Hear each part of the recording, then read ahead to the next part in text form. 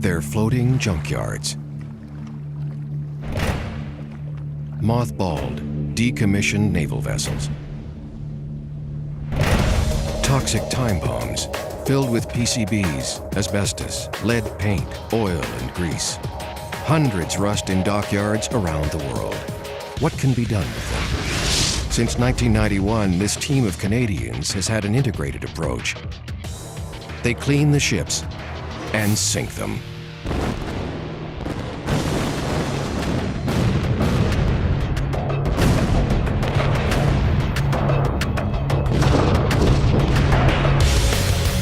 Meticulously timed explosive charges cut through the steel plate like a hot knife through butter.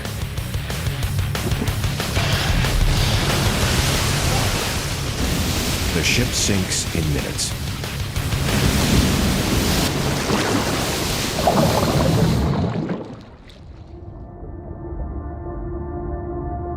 Out of all this mayhem and explosive energy comes life, marine life, as these former warriors turn into artificial reefs. Within days, algae begins to grow, creating food for other animals, who in their turn attract other predators, increasing diversity until an entire reef ecosystem comes into being. Artificial reefs, magnets for life, and magnets for divers.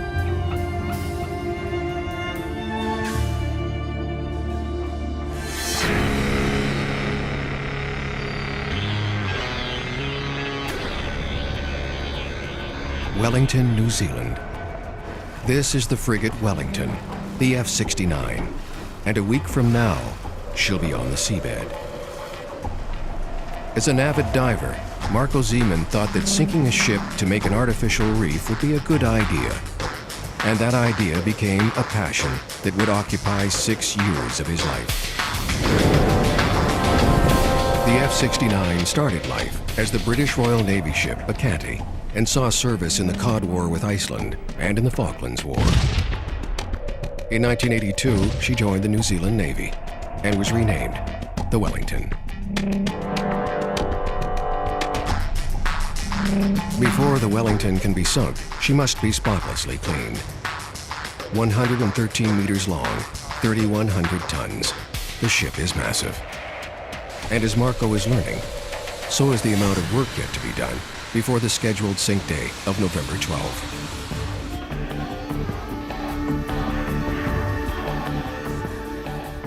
But today, all the previous years of meetings and planning and obstacles fade away as the F69 gets towed into Wellington Harbor for the final prep work before sinking.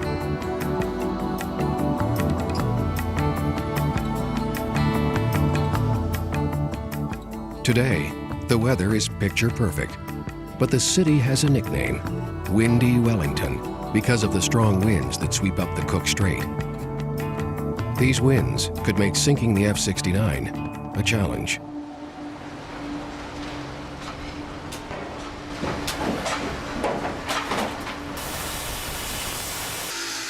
Now docked in Wellington Harbor, the final preparation work is underway. Removing hatches, pipes, anything that could pollute the ocean, be unsafe for divers, or be sold for scrap. Even the ship's nameplate.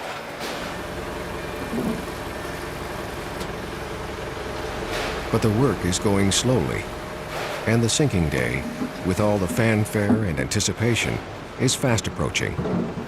Roy Gabriel. I guess we've been here 28, 29 days now. The first day I walked on board the ship, I couldn't believe it. I walked on, I thought that a lot of the initial design would have been done inside the ship and the preparation done. And I walked on, there wasn't a single bulkhead or wall or anything taken out, and it was almost panic station. Don't believe it. Roy Gabriel has sunk more ships than some navies. A retired Royal Canadian Mounted Police explosives expert, he's one of the partners of Canadian Artificial Reef Consultants, and he's here to provide his experienced guidance. It's been a month now of 12 hours a day, 7 days a week, trying to get this thing to the point where it is now. The brute force work of scrap removal continues.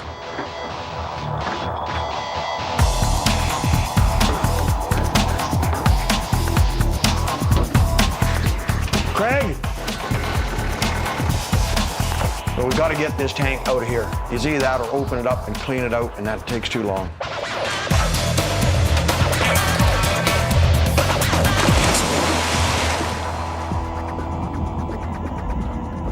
Artificial reefs attract life, and they attract divers.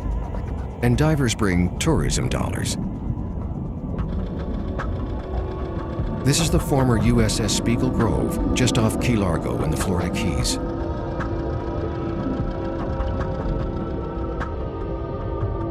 It's now a major dive attraction, but it had a troubled beginning, and it's a good example of the potential risks when you sink thousands of tons of steel.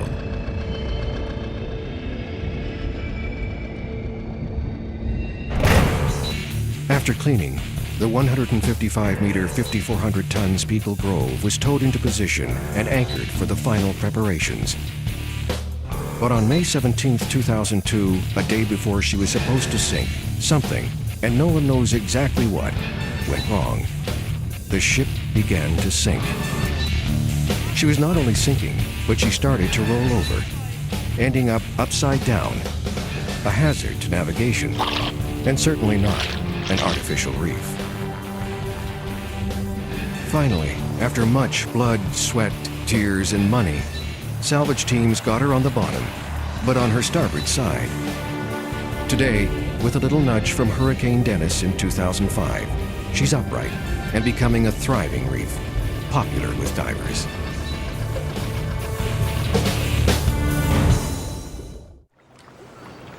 While Roy Gabriel is working on the Wellington in New Zealand, his partners, Wes Roots and Jay Straith, are checking out what could be the next project, a Canadian destroyer escort. Their team has been involved in sinking some 19 ships, with the Wellington being number 20. They've learned what it takes to do a controlled sinking of a ship. Jay Straith explains. Sinking a ship is a lot more than just adding explosives and running like hell. What you actually have to do is be very careful to calculate how stable you keep that ship during the sinking operation. The key points you've got to watch for are the center of gravity and the center of buoyancy of the ship. When the ship is unflooded, the center of buoyancy is low in the ship, and the center of gravity is high in the ship. As the ship begins to flood, the center of buoyancy moves up, while the center of gravity moves down. But if the ship is flooding unevenly, or if there's air trapped inside, then the center of buoyancy will shift, and the ship may begin to list on one side. There are about 30 crucial seconds where the centers of buoyancy and gravity pass each other, when the ship is most vulnerable. If the center of buoyancy and the center of gravity pass each other more than about 30 centimeters apart, the ship will likely roll onto its side.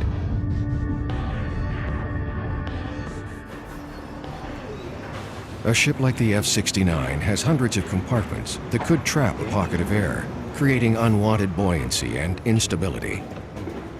If the sinking is going to go as planned, it's important not to overlook a single one. So project manager Norm Greenall and Roy check and double check. 10 minutes. The adventure of diving a wreck is getting inside the ship, and that means cutting access holes, enough of them so divers can get in and get out. These holes also help flood the ship in the sinking process, and all over the ship there are vent holes to let the air inside the ship escape as the water rushes in.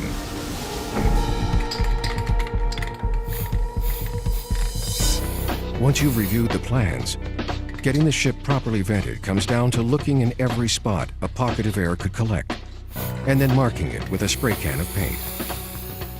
Then the cutting torches can go to work making the vents. The muscle behind the ship sinking is high-tech explosives. This is a sample of the copper flex linear that will be used to explosively scuttle the frigate Wellington. It's RDX explosives on the inside with a copper sheeting around the outside. It's designed and built specifically for cutting steel. The shape of the explosive charge controls the shock wave that's produced, creating an intense, narrow cone of energy that can slice through an inch of steel plate. What we have here is the face side or business side of the explosive charge. This is the portion that will face the inside of the ship And this is where it will actually physically cut a meter square hole or a 39-inch square hole out of the side of the ship. The explosion first pushes the steel out. Then the water forces its way in.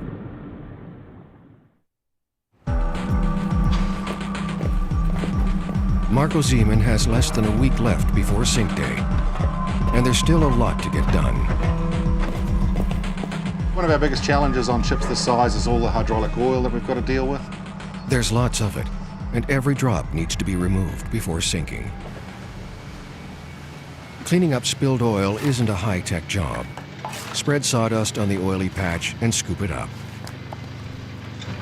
Then dump it into a disposal bin. And then go back and do it again. These ships could never get cleaned without the thousands of hours of volunteer labor from divers and others. Labor that gives real meaning to the phrase elbow grease. As the cleaning continues, this 7-ton anchor is being put on board. It will be used to hold the ship in position over the sinking site. But there's a problem attaching the chain. The pin on the shackle just doesn't want to go in.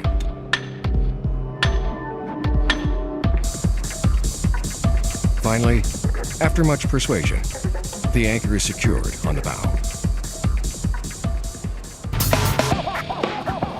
On board every ship is miles and miles of wire. So what we have to do on board these ships is remove every bit of wire. What will happen, these brackets will start to deteriorate faster than the rest of the ship, and these will start to fall apart, and subsequently the wire will drop down and will become a hindrance to divers. So this is fine to leave in. This won't be a problem. But the main bunches of wire running through the raceways have to come out.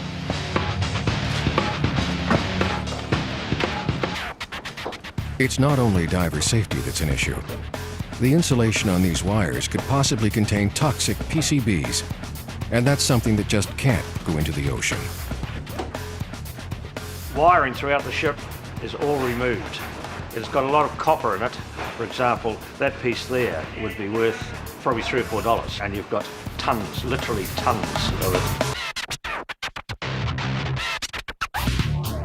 One of the ways they fund these artificial reef projects, such as the Wellington here, is through pure scrap value. They'll scrap the ship and use that money to prep the rest of the ship.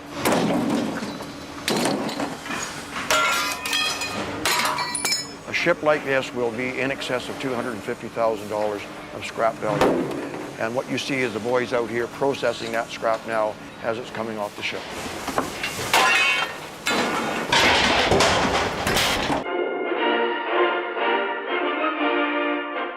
It's a safe bet that no one was thinking about scrap value when the HMCS Saskatchewan, a Canadian destroyer escort, was launched in 1963 at Esquimalt, British Columbia.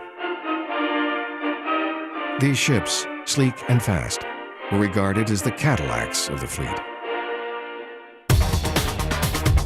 Now, only about 110 kilometers north of where she was launched, the Saskatchewan is offering another sort of Cadillac experience as a stunning wreck dive just a short distance from Nanaimo, British Columbia. For Jay Strait, it's a bit of a homecoming. He and his partners helped to sink her in 1997 with the Artificial Reef Society of British Columbia. Marine animals like these anemones have flourished, colonizing the 110-meter-long, 2,600-ton ship.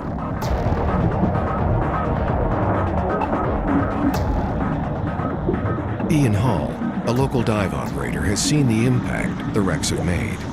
The Saskatchewan sank in 1997, and almost immediately the number of tourists coming to the island to dive Nanaimo increased.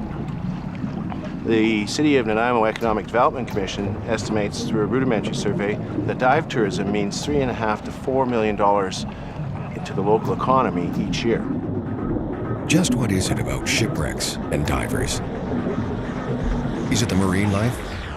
Or is it the technical challenge? Whatever the reason, they exert a strong pull. We drove down from Toronto, took us couple of days, and it's so, over 3,000 kilometers. So we're wreck hungry when you drive that far just to dive some pristine wrecks like the Spiegel Grove. The Spiegel Grove is that ship that rolled upside down before being sunk in Key Largo, Florida. It offers divers something extra. It's like actually revisiting a piece of history. It's sometimes, they're like almost like museum pieces down there. Truly a thrill.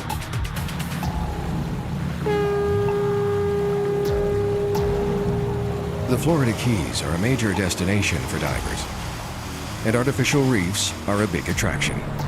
And it's where Ladd Atkins heads up a group studying their environmental impact.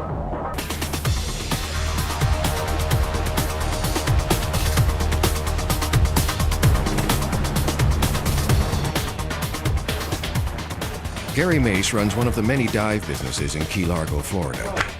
The Spiegel Grove has really been a great artificial reef for us. It brings down a lot of excitement and adventure of new divers, divers wanting to see something new down in the Florida Keys. Divers may love the wrecks, but critics question how they affect the environment, fish populations, and natural reefs. The Spiegel Grove is part of a long-term study on the impact of artificial reefs.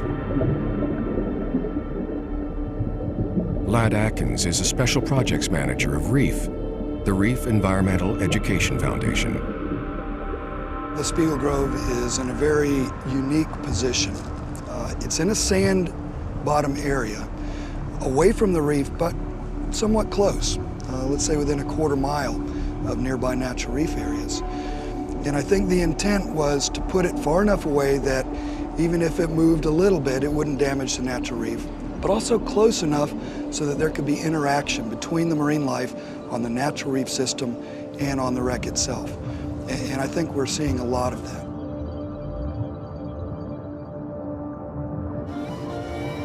There are a number of potential uses for these ships, one of which is placement as an artificial reef. And I think that certainly is a good potential use of these ships, but it has to be done properly. They have to be cleaned. There need to be studies done of what's in the area and what the potential impacts could be. And we really need to be careful about storm damage and deterioration of these structures through the years as well, and think well in advance. Not just right now, what's it going to do, but in 20 or 30 or 50 years, what's it going to be doing? So I think when done properly, a ship placed as an artificial reef can be a very good thing. That's not to say it always is.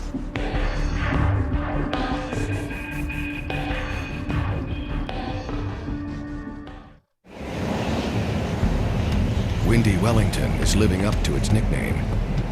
With only 3 days to go before sink day on Saturday, the weather forecast is for gale force winds.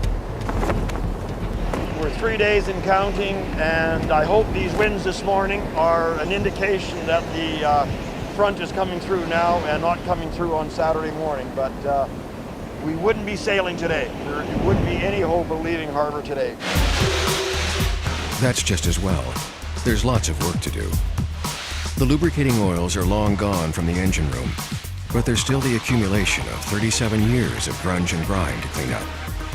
So bring on the supersized pressure washer and blast all the loose material down into the bilges, where a vacuum pump truck can suck it up.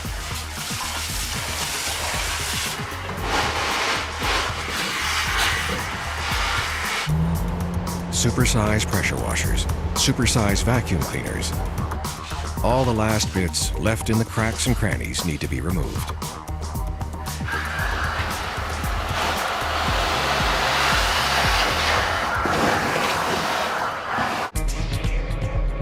"150 meters of rope, floats, and electrical wire. The firing line is hoisted on board. On sink day, it will connect the explosives on the ship with the team on the firing boat who push the button.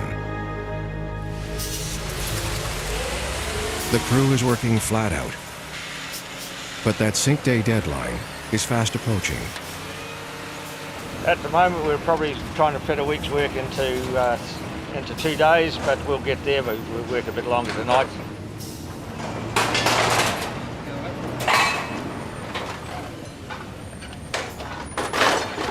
Between you and me, we need another week to really get this thing ready to go 100%. I would feel a lot better than trying to sink on Saturday, but you know, there's just so much to do, and you want this to be a really good reef. So I don't know, we'll make it work. Somehow we'll make it all work. 3 days left until sink day.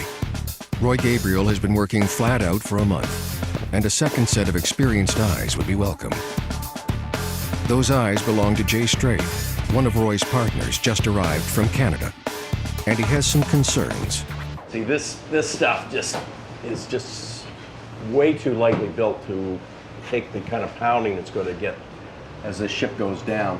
And what I'm afraid of is it's either going to come right out of its mount, be hanging here into diver space, or will be deteriorating relatively rapidly. I'm going to ask them to get a crew on here, punch these things out, which is actually not hard to do. Probably a good kickboxer could do it, and at least give us a shot at getting the place properly ventilated. They've taken tons of material off the ship, and now it's riding higher in the water. That makes it too unstable to tow to the sink site. To lower it, they add weight, ballast, by flooding some of the compartments on the ship with water. But the flooding isn't going to plan. We're putting water in some tanks, and within a day, we're losing 10, 12 ton of water, so it's flowing someplace. Figuring out where the water is going and fixing it is crucial. The danger is this. When the ship starts to sink, and if one tank is empty, that will add a lot of lift to that side. If the empty tank was on the starboard side, and the ship develops a port list as it's sinking, the empty tank will emphasize that list and could cause the ship to roll over onto its side.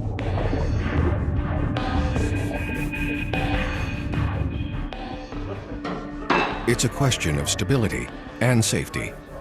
Tons of water in a compartment where it could move unexpectedly is a hazard. A hazard that has capsized other ships. What we have to do is take the plan, pull every tank top, mark it as full or mark it as empty, and then work from there. We have to try and solve this problem. We've got the day to solve it. It hasn't gone to the engine room, it hasn't gone to the boiler room, so it's obviously going into an empty tank someplace. Yeah. So we'll pull this lid here and have a look at it.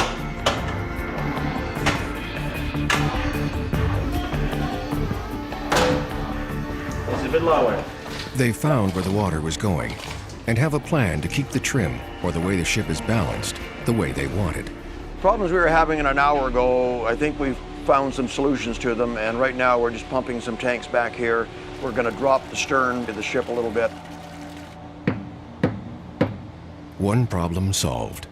Put the tank covers back and close off the vents with a wooden bung.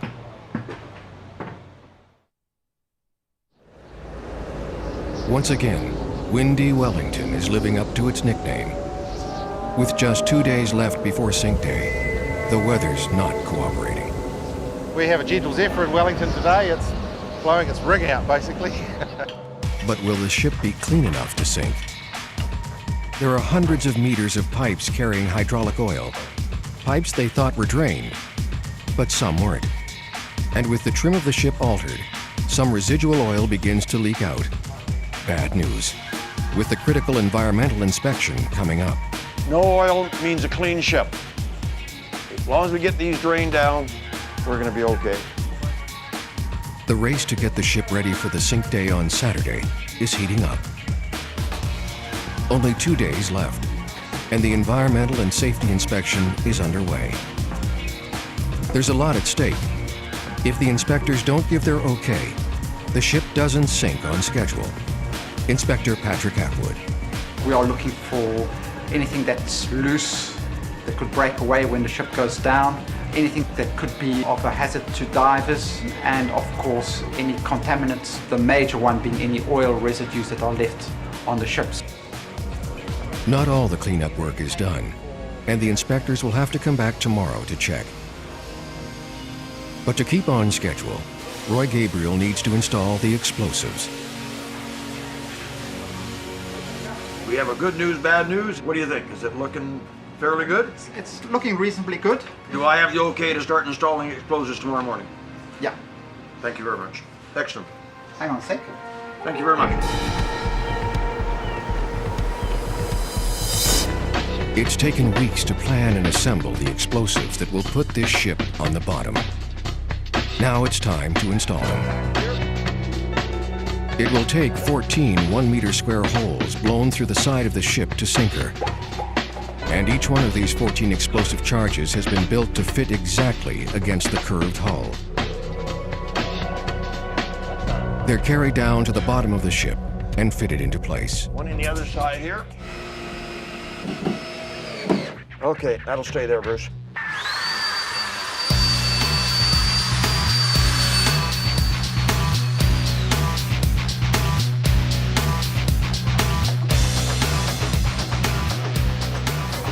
For the flex linear explosive to work effectively, it needs to be an exact distance away from the steel.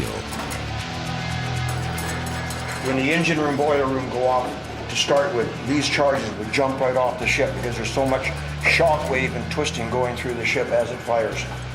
All of this timber basically just gets, blown into chipwood. Here, Jake, I'll hold this side. Yeah.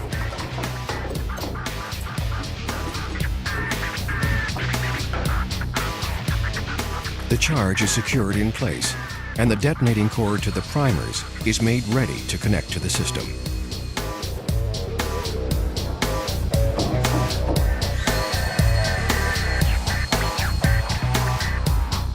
We're just standing above charges 5 and 6 here. We've already put explosives, so we close the area off. Nobody's allowed in. Unfortunately, we got less than 30 hours to go, so we have to keep going here.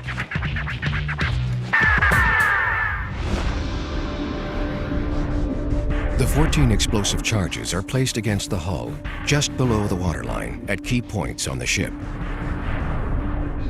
The charges are fired in pairs, port side, starboard side. They don't go off all at once, but in a carefully planned sequence over several seconds. Typically, the engine and boiler room charges go off first, followed by the others.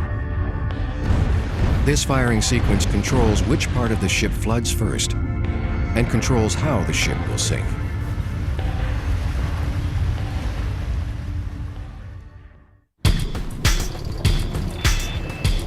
Once the ship is sunk, a team of clearance divers will check to see that all the explosive charges have gone off.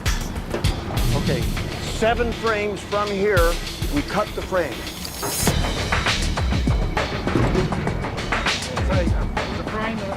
Yeah, 3 good arm, like long ones. Yeah, that'll be close enough. Number of it? This will be number 5. The hull is marked where each charge has been placed. So when the ship is on the bottom, the clearance divers will know where to look. That looks like about there. That's going past the frame. It'll be in between frames is where it'll be.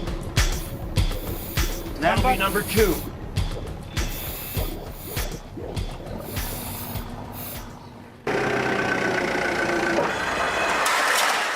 Not much time left. The last of the scrap is being moved off the dock.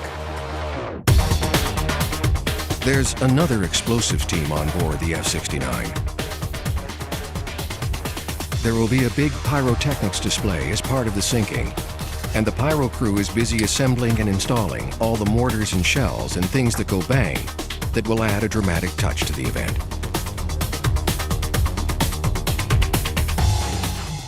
The high explosives that actually sink the ship don't put on much of a show. They're below the waterline. So it's these fireworks the spectators will be seeing. Okay, we ready to go? Yeah, we're ready to roll. With the charges in place, the next critical job is connecting the detonating cord to the explosives on the hull of the ship.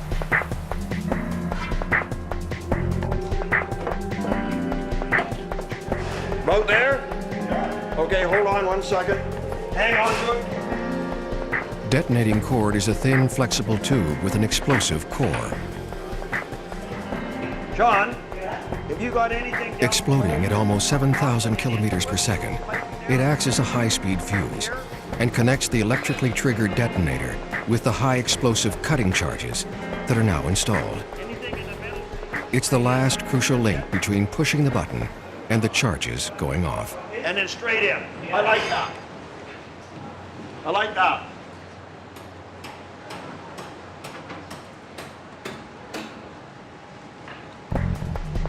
With this dead cord, we've got to keep the curves exactly the same as a woman. Gentle curves. It's important. With some of the charges almost inaccessible at the bottom of the ship, that can be a challenge. John, I'm just looking for a place to keep it up out of the way.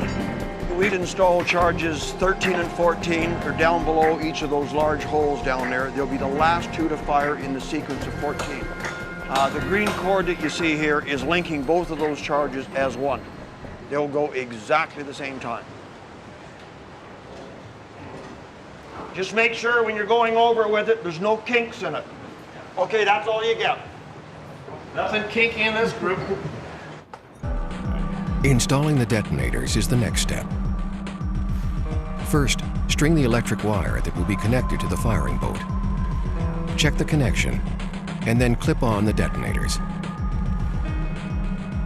This style of detonator is programmable, so you can change the timing of when a particular explosive charge will be set off. What's the hole? Oh,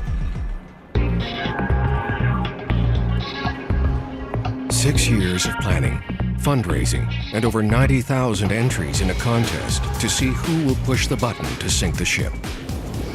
It's all supposed to end with a bang on Saturday. But this is windy Wellington, and the wind's blowing about 40 knots. It's Saturday, the 12th of November. We've had to build in a 24-hour hold due to the wind conditions. It's just not acceptable for trying to safely deploy the ship. Basically, our winds are hitting 30 to 40 knots. We've got a requirement under our insurance not to move in over 20 knots. We've got holes pretty close to the water, as you know. This sort of angst of hanging on another day, you're going, ooh. But anyway, you know, we'll get there. It's I knew it was going to become stressful at some stage, and I guess we're there.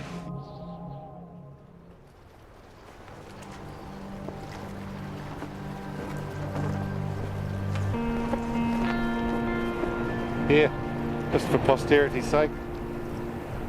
It's looking good. 6 a.m. November 13th. 24 hours behind schedule. The wind has dropped just enough, and it's a go. We've got a beautiful day, a little bit of breeze. We're going to be a crowded coast, that's for sure. I think every boat in the marinas over here will be gone, and all the marinas over there will be empty, and it's going to be a very big day. I'm looking forward to the moment.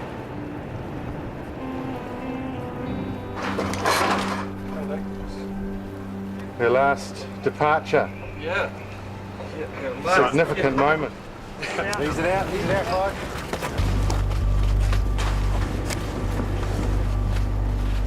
Okay, yeah, we're on our way. See you on the water, Jeff.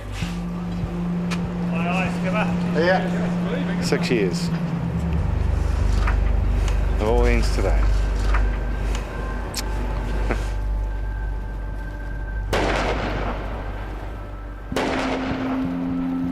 A final salute from the cannons on the shore.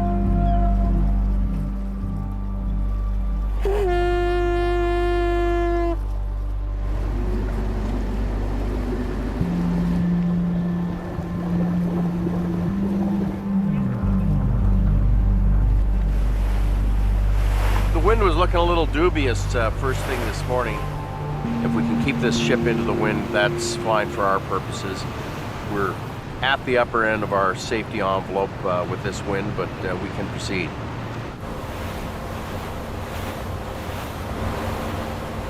Intentionally sinking a warship isn't an everyday event, and there's been a buildup of anticipation for this one. It's still early, and already spectators are gathering for the display. It will take almost 2 hours to reach the sinking site. There's time for breakfast. You know, somehow, guys, I came here to sink this ship, not be chief cook and bottle washer. Come on, Roy. Something's happened here. If I have to wash dishes, that's gone too far. Just thought of it, I don't have to wash dishes. This thing is gonna sink. This boat's going down. The sinking site for the F-69 is in Island Bay, just around the headland from Wellington Harbor.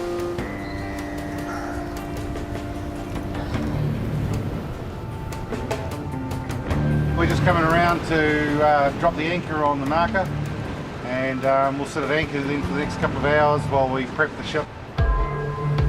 It sounds simple. Put the ship in position, bow into the wind, and drop the 7-ton anchor while the tugs hold the ship in place. But once again, this anchor isn't cooperating. We've just been really cautious. We've got a lot of weight. They've got a 7-ton anchor pulling on probably another 7 or 8 ton of chain, and it's very capable of biting fingers off really quickly. There were problems getting the anchor onto the ship, and now there are problems getting it off the ship. The 24-hour weather delay, and now this delay, is causing problems. The big tugs holding the ship in position have to leave. They have other jobs to go to.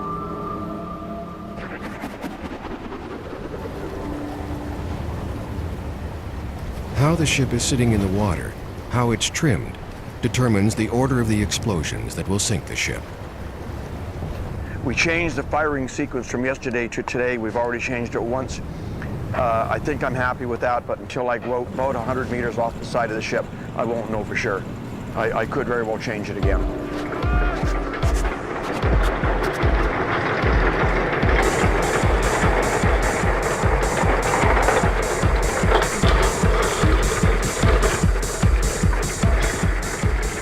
Finally, the problem is solved.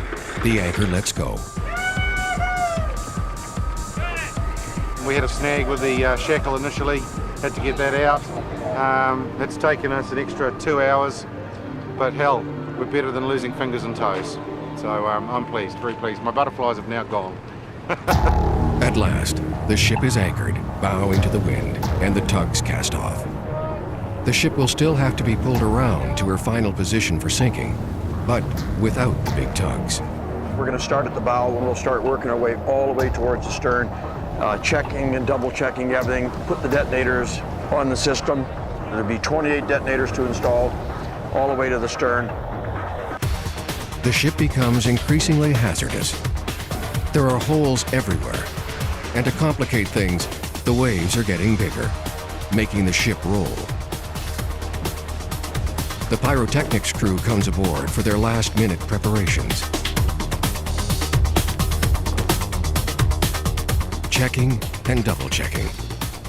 If the ship is to sink on position and upright, everything has to go according to plan. This will be the last time we come down to look at the charges.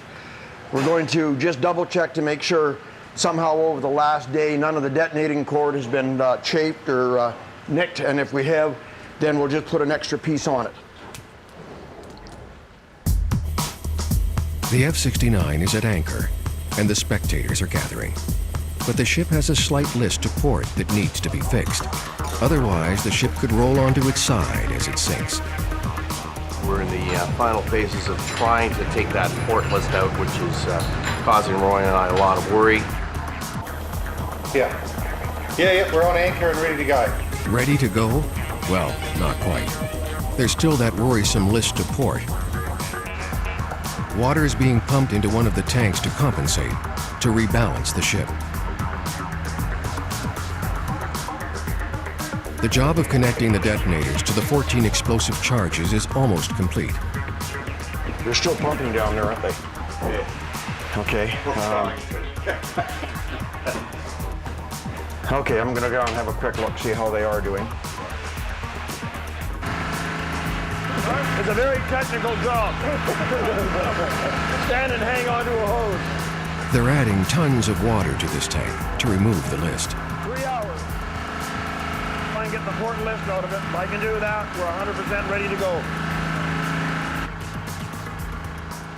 This class of ship is very fragile in the bow area. So what we're going to do is try to go for as flat a sink as we can, and if anything, it's going to be a stern sink slightly. How the ship will sink depends on the timing of the explosive charges. And these timings can be programmed into the system and changed right up to the last minute. Check and recheck. 0 errors. John Jennings. Machine's telling us that everything's fine and we're virtually ready to go. All we need to do is run out the firing cable, connect up, and press the button. With the wind coming out, it will be better to sink the ship's stern first. Roy wants to change the firing sequence of the charges yet again. And you just have the boys have a look out there, and it's down ever so slightly on the bum now, in the stern. So if we reverse those and put 7,000 here, and then the next one, and then give us the longer one there. I know it's not much of a change. Let's have a look at this again. Let's have a look at this. In this swell, I do not want the port side to start scooping water before the starboard side. Yeah. You know, in a perfect world, it's going to both sides are going to start scooping at the same time, and then it's over when that happens. I think this is the last change. Crowds are gathering for the 3 p.m. sinking. The F-69 was anchored bow into the wind, and now she has to be pulled around to her final position. But with the big tugs no longer available, they have to rely on smaller boats. That boat's never going to handle it. Well, his engines have to go fast.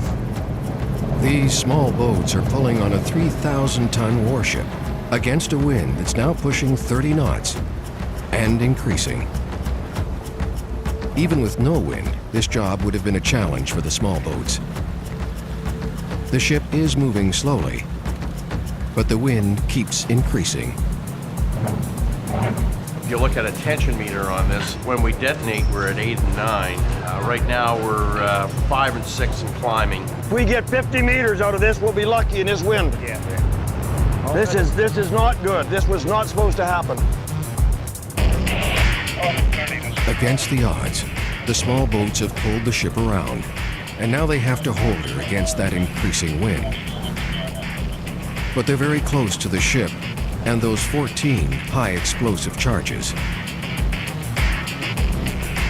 They can't quite hold it with that kind of light power and be this close. That's the problem. No, I would have liked them certainly a little further away than that. Maybe they can lengthen the lines out once they get us towed over to the spot. Are these guys going to be able to lengthen their tow ropes out at all? They're kind of close right now. Yeah. But they'll all have to come in. Basically, in the final analysis, we only need 2 left, one on either corner. To hold it, Yeah, once it's in position. up, I'd like them a little further out if at all possible. They are a little close to the ship.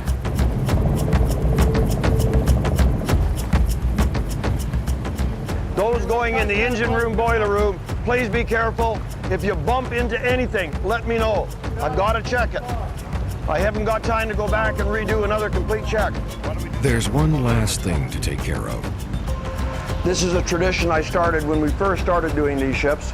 I made a point of, on the very just moments before we sink, I take a Canadian $1 coin, I leave it on the ship. If I forget to do it, I'm scared things won't go right. The small boats are having a hard time just holding the ship in position. The wind has now changed. Our firing cable is just going to be in a great big bowl. We'll be lucky we get 50 meters astern. Oh well, it is what it is. We'll do it. It's time to get everything and everyone off the ship. With the increasing wind, the waves are getting bigger, getting closer to the opening on the side of the ship. If the sinking is to be controlled, they need to put her on the bottom soon. Goodbye, old girl. I'll see you on the bottom. All right, we're going to be late on this one. It's critical that no one is left on board. Okay. How are we doing, Roy? Oh, why do I do this? Because it's fun. Marco, all the best. I hope it's an absolutely flawless, perfect sink, but Yep. this wind is bad. Yeah. That's all right. We're in alignment. Let's go. Okay, let's beat feet out of here.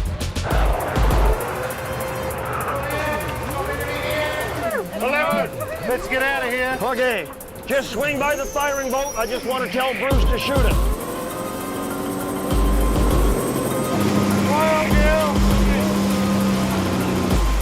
All the best. I hope it's a perfect one, Marco. I really do. You've got a lot of blood, sweat, and tears into it. I got about a meter of freeboard. With the waves getting closer to all those openings on the hull, Roy wants to tell the firing crew to push the button now. You're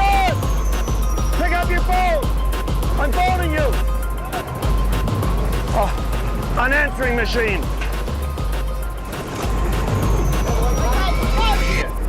Countdown's here, but they've got to put the 1 minute flare up. Yeah. I'm glad. Is that the 1 minute? Okay. Congratulations. Over 90,000 people entered the contest to see who would push the button. Joe Smith was the winner. 5, 4, 3, 2, 1.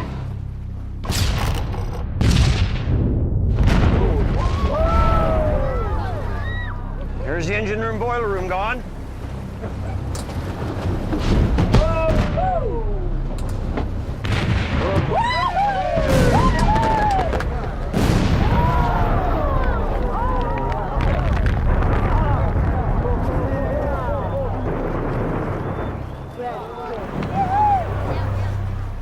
Okay, cooperate now, cooperate. Cooperate. Cooperate with me. The big question is, did they fix that port list? You can let the firing line go. Yeah, they can let it go. They can let go of the firing line. The tension is building. Let the firing line go! Let the line go! She's going to port. Come on, come back, come back, come back, come back.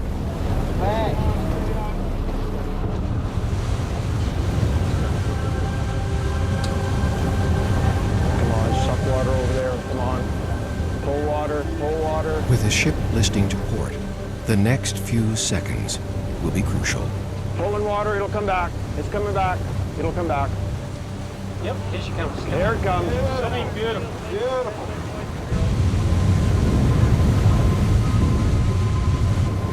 Come back, come back, come back. At the last second, the F-69 levels off.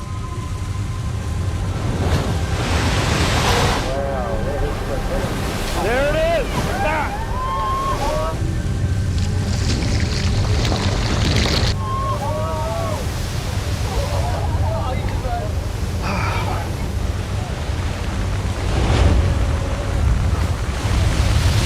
Marco, it came back.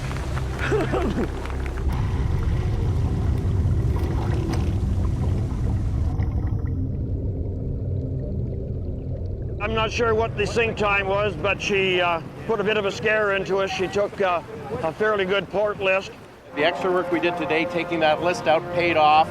She had an extra bit of what we call reserve buoyancy back in the stern, so she hung on longer back there than she otherwise would have, and that was long enough to get those secondary holes fully engaged, and down she went.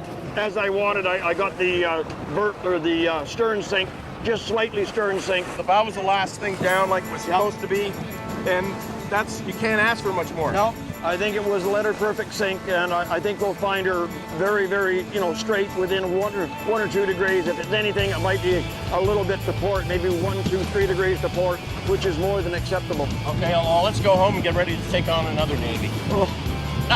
I need a beer though, pretty quick. Got that right. Way to go, Roy.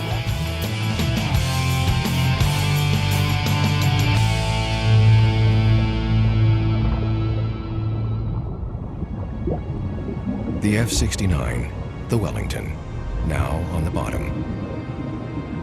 She could have been just scrap, turned into razor blades, tin cans.